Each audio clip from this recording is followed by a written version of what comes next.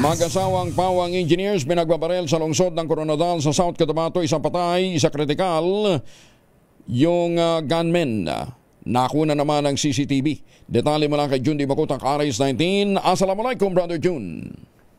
Magandang umaga, Pilipinas. Sakay ng kanilang kulay itim na SUV ang mag-asawang engineer na sina Kese Junsan at Maria Junsan nang pagbabarili ng riding in tandem habang binabaybay ang bahagi ng Barangay Zone 2 sa Coronadal City, South Cotabato.